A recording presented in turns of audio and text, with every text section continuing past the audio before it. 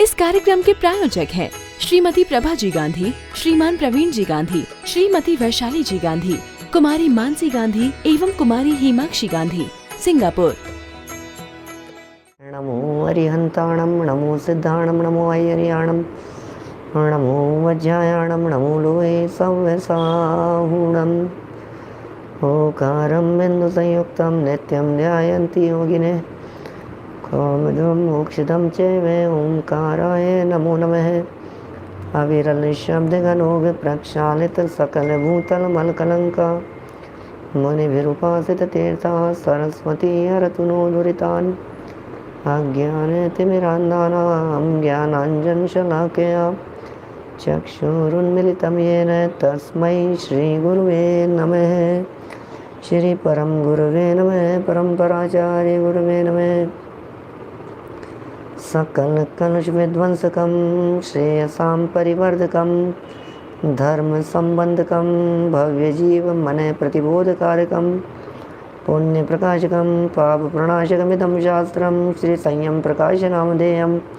अस्य मूल ग्रंथ कर्तारः श्री सर्वज्ञ देवास्तदुत्तर ग्रंथ कर्तारः श्री गणधर देवा प्रतिगणधर देवास्तेषां वचनानुसारमासाद्य आचार्य श्री कुंदामनाय आचार्य सूर्य सागरेण विरचितं श्रोतारः सावधानतया शृण्वन्तु। मंगलम भगवान वीरो मंगलम गौतमो वणि मंगलम कुंदाद्यो जैन धर्मोस्तु मंगलम सर्वमंगलमांगल्यं सर्वकल्याणकारिकं प्रधानं सर्वधर्माणां जैनं जयतु शासनम् जैनम जयतु शासनम। संयम प्रकाश नाम का यह ग्रंथ है आचार्य महाराज सूर्य सागर जी साहब द्वारा लिखी गई। यह सुंदर रचना है। अध्यात्म की गहरी बातों का भी यहाँ समावेश बीच बीच में किया गया है। कभी अंतरात्मा परमात्मा की बात करते हैं तो कभी द्रव्य स्वभाव की बात करते हैं। कभी ये कहते हैं कि असली बंध का कारण तो राग भाव ही है। कभी कहते हैं कि भाई सामग्री को छोड़ना इतना महत्वपूर्ण नहीं है जितना उसके प्रति राग को छोड़ना महत्वपूर्ण है। राग भाव घटे तो घटा समझना, और राग भाव यदि नहीं घटे तो घटा नहीं समझना। कुछ भी छोड़ा हमने और राग नहीं छूटा तो समझना कि कुछ नहीं छूटा, और आपने राग भाव छोड़ दिया तो समझ लेना कि सब कुछ छूट गया। इस तरह की सूक्ष्म बातें भी वस्तु स्वरूप का अवलंबन लेकर के महाराज साहब यहाँ करते रहते हैं। कल हमने यहाँ दौलत राम जी के क्रिया कोश की पंक्तियाँ पढ़ी थी और ये कहा था कि श्रावक का जो जीवन होता है वो इसी तरह से होता है। श्रावक की लाइफ स्टाइल, श्रावक की क्रियाएं, श्रावकों की जीवनचर्या वो सब इसी प्रकार की होती है। खाना कैसे बनाना, कैसे खाना, कहाँ बैठना, कहाँ उठना, ये सब बाहर में शुद्धता भी होती है।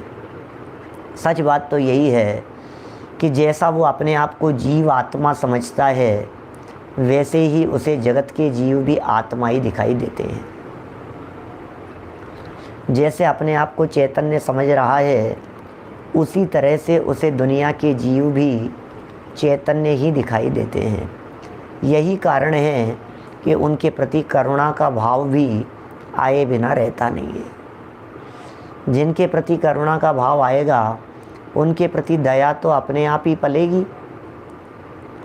हमें तो यहाँ सैनी पंचेंद्रीय जीवों के प्रति भी करुणा का भाव नहीं आता, उन्हें तो एकेंद्रीय जीवों के प्रति करुणा का भाव आ रहा है।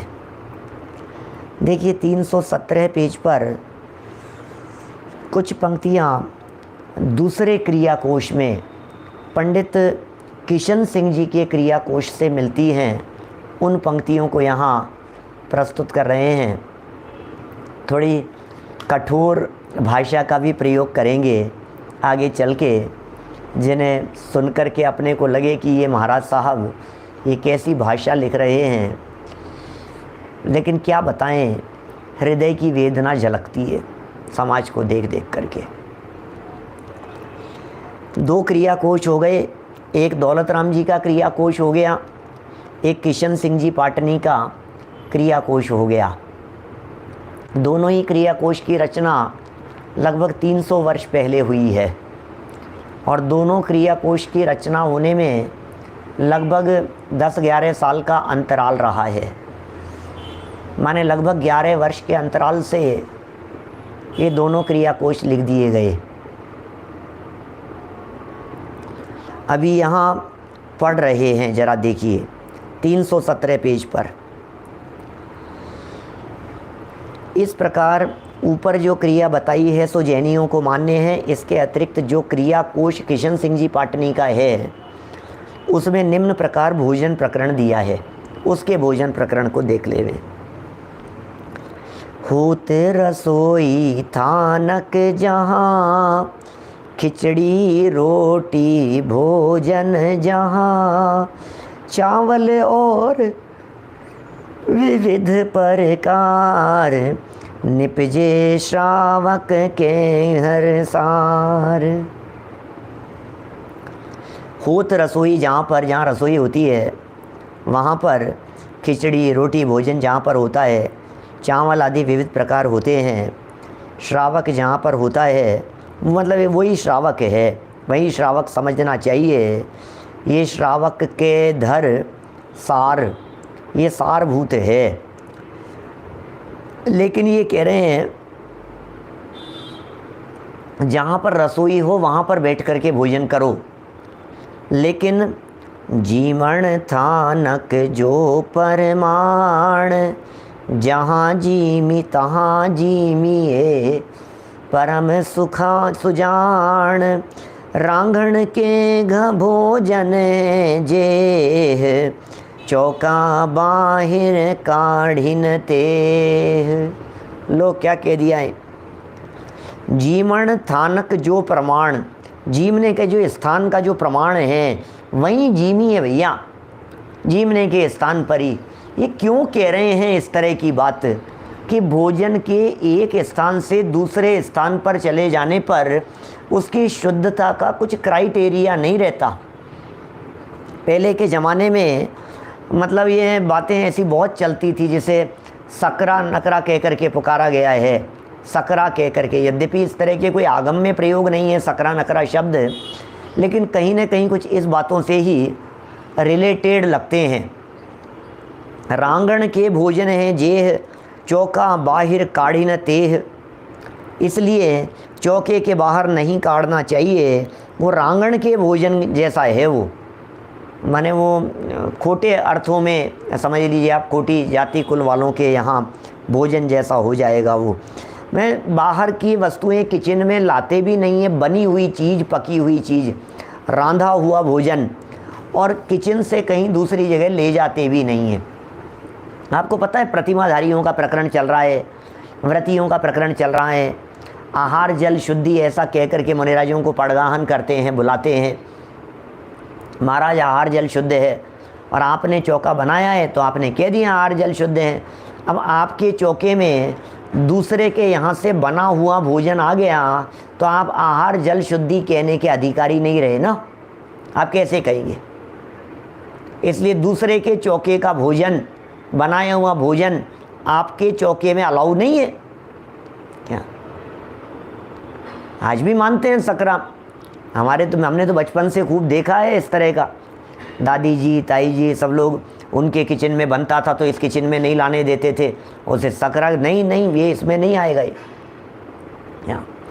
अब ये क्या होता है क्या, ये पंडित साहब निषेध भी करेंगे आगे चल करके। सकरा नगरा अपने यहाँ जैन धर्म में नहीं है कुछ भी, ये ज़्यादा ओवर बातें हैं, लेकिन इसको सिर्फ इतने ही अर्थ में समझना चाहिए।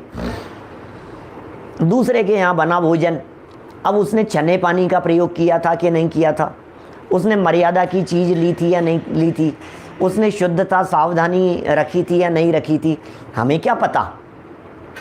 हमें तो नहीं मालूम क्या था, क्या होने वाला था, क्या बनाया था उसने। अभी सकरे वकरे के विकल्प में मत उलझिए, आप इतना समझिए कि जिस जगह पर भोजन बना है उस जगह से दूसरी जगह पर यदि कोई व्यक्ति लेकर के गया है तो मार्ग में अशुद्धता की संभावना है, और जहाँ से बन कर के आया है वहाँ कितना शुद्ध बन कर के आया है इस बात का हमें कुछ भी पता नहीं है, इसलिए वो दोष के भागीदार हैं। देखिए अभी लिख आगे तो और भी ऐसे शब्द लिख दिए इन्होंने। असन रसोई बाहिर जाए सोवट वो पो नाम कहार, अन्य जाति जो भीटे कोय जिह भोजन को जी में सोए, क्षुद्रन मिले जी में तिसो, दोष बखान्यों है वह तिसो। बोलो। असन रसोई बाहर जाए, असन माने होता है भोजन, रसोई यदि ये बाहर जाता है तो वट माने विशाल, वो पो शब्द का अर्थ ख्याल में नहीं बैठ पा रहा है, कहीं शब्द भी नहीं मिल रहा है, मुझे लगता है कुछ मिसप्रिंट होने की भी संभावना है। तो बहुत विशाल, वो पाप भी समझ लेना चाहिए, विशाल पाप का आधार भी हो सकता है ऐसा कुछ। और नाम कहार, कहार तो एक जाति होती है, नीच काम करने वाले होते हैं, हीन काम करने वाले। वैसे कहार कहते हैं डोली उठाने वालों को, क्या डोली उठाने वाले, पानी भरने वाले, है ना, ऐसे काम करने वाले। तो अन्य जाति का भीटा हुआ भोजन, और जो भोजन को जी में करे, जी में उस भोजन को, वो कैसा है, शूद्रनि मिले जी में तिसो, शूद्र वगैरह के अंदर जाकर के मिल गया हो ऐसी दशा है, दोष बखान्यों है वह तिसो। माने शूद्र भोजन करने जैसा वो भोजन हो जाएगा जो भोजन अन्य जगह से बन करके आया है, दूसरी जगह से बन करके आए हुए भोजन के संदर्भ में ये बात लिख रहे हैं। चलो खैर, ये प्रकरण यहाँ किशन सिंह जी का भी और क्रिया कोश का पूरा हुआ। अब जरा हृदय की वेदना सुन लीजिए महाराज साहब की, और फिर नीचे लिखी गई बातों में भी कुछ सहारे है, कुछ क्रमबद्ध बता रहे हैं। क्या भरत भाई भोरे कारंजा से ये कुछ रहस्य बतला रहे हैं, कुछ भवितव्यता की शक्ति बतलाएंगे, कुछ होनहार को बलवान बतलाएंगे, कहेंगे तुम्हारी चलती नहीं है किसी के आगे। ये सब बातें यहाँ 2-3 श्लोक लिख कर के, चंद लिख कर के ये बातें बताने वाले हैं। अभी पहले वेदना सुनो, कहाँ तक कहा जाए यार, कहाँ तक लिखे इनके बारे में, कहाँ तक लिखे। ये महाराज चरणानुयोग लिख रहे हो आप तो, कि कहाँ तक लिखूँ यहाँ में, कहाँ तक कहा जाए। पूर्व, प्रथम, द्वितीय और तृतीय काल में जैसे यहाँ भोग भूमियाँ मंद कशाई जीव होते थे, शांत परिणामी थे वो लोग पहले काल में यहाँ पर, अपने यहाँ भारत भूमि पर, इस धरती पर शांत परिणामी थे। क्या बहुत शांत थे, कषाएँ नहीं होती थी, मंद कषाई थे, बहुत अल्पारंभ अल्प परिग्रही थे, ज़्यादा ताम झाम नहीं होते थे उन लोगों के। भोग भूमियाँ पहले काल में उत्तम भोग भूमि, दूसरे काल में मध्यम भोग भूमि, तीसरे काल में जघन्य भोग भूमि। और वो जो भोग भूमि वाले जो जीव थे जितने भी, वे सभी जीव मरकर के नियम से देवगति की प्राप्ति करने वाले होते थे। देवगति की प्राप्ति क्यों? क्योंकि मंद कषाय के दम पर देवगति की प्राप्ति होती है। शांत परिणामी थे। एवं जैन धर्म में अनादिकाल से अहिंसा पूर्वक शुद्धता का आधिक्य था। अनादिकाल से ऐसा ही चला रहा है, शुद्धता का ही आधिक्य रहा है अनादिकाल से। शुद्धता, अहिंसा, ये सब चलती रही है बातें जैन परंपरा में। और अब हुंडाओ सर्पणी काल के प्रभाव से उससे विपरीत क्रूर परिणामियों की अधिकता है तथा तीव्र कषाय का अभिनिवेश हो गया है। क्या बताएं भाई साहब, बोलो क्या करें। बहुत खोटी स्थिति है। कितना लंबा काल, पहला काल, दूसरा काल, तीसरा काल, बहुत लंबे लंबे काल हैं ये। क्या बोलो क्या करें। ये बहुत लंबी बात कह रहे हैं। ये कह रहे हैं क्रूर परिणामी हो गए हैं, मायाचारी हो गए हैं, छलिया हो गए हैं इस जगत में। हर जगह पर छल दिखाई दे रहा है। तीनों भोग भूमि के जीव जो होते हैं वे मर कर के देव बन जाते हैं, लेकिन वर्तमान में ये कर्म भूमि चल रही है। कर्म भूमि में भी अवसर्पणी काल चल रहा है। अवसर्पणी काल में भी हुंडाव अवसर्पणी काल चल रहा है। गिरावट का काल है, खोटा काल है। काल के साथ में भी परिणामों की गिरावट है। निमित्त नैमित्तिक संबंध इस प्रकार के देखे जाते हैं। यहाँ उज्जवल भावों वाले लोग नहीं हैं, यहाँ हीन परिणामों वाले लोग हैं, यहाँ खोटे भावों वाले लोग हैं। हम क्या बताएं आपको। खोटे से खोटे भाव, पाप से पाप भाव, बुरे से बुरे परिणाम करने वाले लोग यहाँ दिखाई देंगे। इससे खोटे परिणाम वाले कहाँ मिलेंगे आपको। विभीषण का वो प्रसंग तो आपको याद ही है ना। रामचंद्र जी ने जब विभीषण के प्रति शंका व्यक्त की कि ये तो रावण का भाई है, हमारी कैसे हेल्प कर रहा है ये, जब शंका व्यक्त की तो उनके भावों को पहचान कर विभीषण स्वामी ने ये कहा कि महाराज रामचंद्र जी, लक्ष्मण जी, हाथ जोड़ करके निवेदन कर रहा हूँ, यदि मेरे हृदय में मायाचारी हो, मेरे हृदय में छल हो, मेरा हृदय में धोखा करने की भावना हो, तो मैं मर कर के पंचम काल का मनुष्य बनूं। ओहो, चौथे काल के लोग पंचम काल के मनुष्यों को कितना हीन दृष्टि से देखते थे, ये सोचिए आप। चौथे काल के लोग क्या सोचते थे, पंचम काल में जन्म लेना इतना खोटा है, हम कहाँ आकर के जन्म ले रहे हैं भाई साहब। अब ये बड़ा चक्कर है बहुत बहुत। लक्ष्मण ने कहा था वसंतमाला से, सभी कह रहे हैं क्या होगा। कुल मिलाकर के बात इतनी ही है भाई साहब, ये तो बहुत खोटा काल है जहाँ आकर के जन्म ले लिया है, पंचम काल के मनुष्य बन गए हैं। इससे ज़्यादा और खोटी बात और क्या हो सकती है। क्रूर परिणामी, शिथिलाचारी, तीव्र कशाई, मायाचारी, छलदम्ब करने वाले, स्वार्थ के सांचे, स्वार्थी है, स्वार्थी, सारा जगत स्वार्थी दिखाई दे रहा है। जिसे देखो उसे सिर्फ सिर्फ सिर्फ सिर्फ पैसा पैसा पैसा पैसा पैसा पैसा पैसा पैसा पैसा, इसके अलावा दूसरा कुछ नहीं। सारे रिश्ते पैसे के बचे हैं, सारे काम पैसे से होते हैं। पैसे के लिए बिजनेस, काम धाम, रोजगार, व्यापार, चर्चाएं, बातचीत, सब पैसा, सब कुछ भी करने को तैयार है व्यक्ति इसके लिए। क्या बताएं। सर सुनो आगे क्या लिख रहे हैं।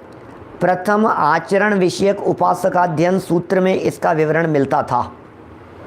ये जितना वर्णन चल रहा है, जितना वर्णन अभी तक अपन ने यहाँ पढ़ा है, क्रिया कोश का जो अपन ने वर्णन पढ़ा है, चाहे वो दौलत राम जी का हो, चाहे किशन सिंह जी का हो, जितनी आचरण प्रज्ञापन संबंधी चर्चाएं पढ़ी है, ये कह रहे हैं ये सब उपासकाध्ययन सूत्र में मिलता था। अंग बाह्य उपासकाध्ययन।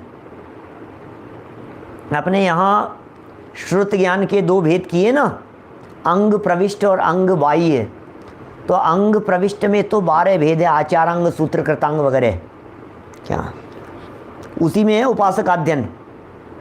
उपासकाध्ययन, अंतःकृत दशांग, अनुत्तरोपातिक दशा, ये अंग है ये। तो सबसे पहले तो इसके अंदर वर्णन मिलता था। क्या उत्तराध्यायन अंग बाह्य, अंग बाह्य में उत्तराध्यायन है, ये उपासकाध्ययन है। ये तो यही है उपासकाध्ययन तो 12 अंगों में। तो पहले तो इसका वर्णन वहाँ मिलता था, उसका तो लोप हो गया, अंगों का तो लोप हो गया। तथा तदनुकूल सार रूप कुछ सिद्धांत सार प्रदीप में लिखा था, वह भी लुप्त हो गया। सिद्धांत सार प्रदीप भी नहीं मिलता। लो अब क्या करें, अब वो भी नहीं मिलता है। अब रहा उसका कुछ कथन भाषा के ग्रंथ, क्रिया कोश आदि में मिलता है। अब जो थोड़ा बहुत बच गया, उसका कुछ कथन हमारे को क्रिया कोश में मिलता है। भाई साहब कितने कितने ग्रंथ विलुप्त हो गए। ये समय सार जैसे ग्रंथ हमें आज भी अखंड रूप से उपलब्ध हैं, ये कोई महाभाग्य है। क्या हमें कैसे प्राप्त है भाई साहब ये समय सार ग्रंथ? अखंड रीति से प्राप्त हैं। नियम सार पूरा का पूरा 2-2 हज़ार वर्ष के अंदर उपलब्ध है। ये भी तो और ज़्यादा पुरानी बात थोड़ी न है। जब 2000 साल पहले का समय सार मिल सकता था तो क्या 2200 साल पहले का, 2400 साल पहले का क्या ये उत्तराध्यायन वगैरह नहीं मिल सकते थे?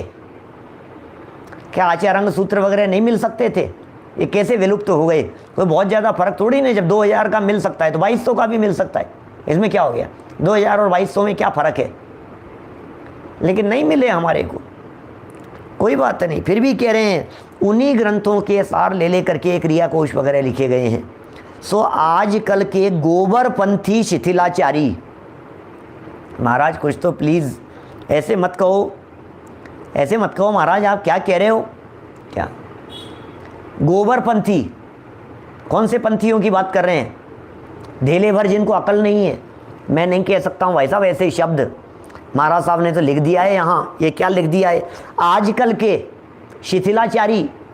शिथिलाचारी कौन? शिथिलाचारी गोबरपंथी हैं, विष्ठा में डूब मरने, क्या क्या क्या शब्द दिए हैं इन्होंने आजकल के जगह जगह। और किनको गोबर का पंथी कहा है, जरा ये भी सुन लेना आगे। मैंने सच में मैं हृदय से बात कहता हूँ, हम सपने में भी इस तरह की भाषा का प्रयोग करने की सोच नहीं सकते थे जो महाराज साहब लिख गए हैं। और किनके लिए लिखा है, जरा एक बार यहाँ इन बातों को पढ़ लेना, सुन लेना, क्या लिखा है। आजकल के गोबरपंथी शिथिलाचारी उसको मानने को तैयार नहीं होते। अरे क्रिया कोश तो दौलत राम जी का लिखा है, वो तो पंडित थे। ये तो किशन सिंह जी का लिखा हुआ है, ये तो पंडित थे। सुनो आगे क्या लिख रहे हैं, मानने को तैयार नहीं होते एवं कहते हैं बिना मूल संस्कृत के आधार ग्रंथ को इन्हें क्या माने, ये तो हिंदी के ग्रंथ हैं, ये तो पंडितों के लिखे हुए हैं। अरे ये तो छेड़ाला तो दोन उनकी लिखी हुई है, किनके? उनको कह रहे हैं शिथिलाचारी गोबरपंथी। लो बताओ भाई साहब, माने क्या क्या कहें भाई साहब, बड़ी विडंबना है। मोक्ष मार्ग प्रकाशक पढ़ते हो तुम, क्या बात करते हो? गृहस्थ का लिखा हुआ है, श्रावकों के लिखे हुए ग्रंथ पढ़ते हो, दौलत राम जी का पढ़ रहे हो, इनमें क्या दम है? ये दौलत राम जी का क्रिया कोश पढ़ रहे हो, ये किशन सिंह जी का क्रिया कोश पढ़ रहे हो, अरे क्या दम है इनमें? ये सब पंडितों की बातें पढ़ते हो तुम लोग, बस आचार्यों की पढ़ा करो। साहब ये 300 साल पहले इतने गजब गजब की बातें लिख गए हैं, ये उपासक अध्ययन से ली गई बातें हैं, ये यहाँ से सिद्धांत सार प्रदीप से ली गई बातें हैं। बोले नहीं हिंदी में लिखी है, कोई दम नहीं है, मतलब भाषा में ही दम नहीं है। गजब हो गई भाई साहब, क्या हो गई है आपकी सोच? हिंदी भाषा में लिख दिया तो उस बात के अंदर कुछ दम नहीं रहा। संस्कृत, और वो संस्कृत में लिखा है, और वो प्राकृत में लिखा है भाई साहब, प्राकृत में। भाषा ही तो है, क्या दम है भाषा में? भाषा में कुछ फर्क नहीं पड़ता है, भाव यथार्थ होने चाहिए। भाषा तो देश काल परिस्थिति के हिसाब से बदलती रहती है। कैसी कैसी करुणा झलकती है भाई साहब। अरे भाई मैं क्या बताऊं, शास्त्र विलुप्त हो गए हैं, वर्णन मिल नहीं रहा है, ज़्यादा वर्णन उपलब्ध नहीं होता है, और ये चलते फिरते हुए आकर के 300 साल पहले है इस तरह की बातें लिख दी है। ये क्या बोलो, क्या करें, क्या करें भाई साहब? प्रमोद जी भाई साहब क्या करें? बड़ी बड़ी स्थिति विडंबना की है। जो आपका समर्थन कर रहे हैं, जो आपके बारे में कह रहे हैं, जो ये कह रहे हैं भाई साहब शिथिलाचार मत अपनाओ, भाई साहब ये गोबरपंथी लोगों की बातें मत मानो, क्या आप उन्हें ही गलत कह रहे हो? अब फिर तो आपकी होनहार को देख करके हमारे को ऐसा लगता है, क्या करें भाई साहब? इतनी आज है किसी में ताकत जो इस तरह की बात कह सके? और सुनो, कहना महत्वपूर्ण नहीं होता है, रिटर्न में दे देना, कि लिख करके दे तो दो आप किसी के बारे में। और किन के बारे में कह रहे हैं? आजकल के, समझ लेना दुनिया में यदि आपको कहीं भी कोई व्यक्ति ये कहता हुआ नजर आता है, अरे ये तो श्रावकों के ग्रंथ हैं। इस कार्यक्रम के प्रायोजक हैं श्रीमती प्रभा जी गांधी, श्रीमान प्रवीण जी गांधी, श्रीमती वैशाली जी गांधी, कुमारी मानसी गांधी एवं कुमारी हिमाक्षी गांधी, सिंगापुर।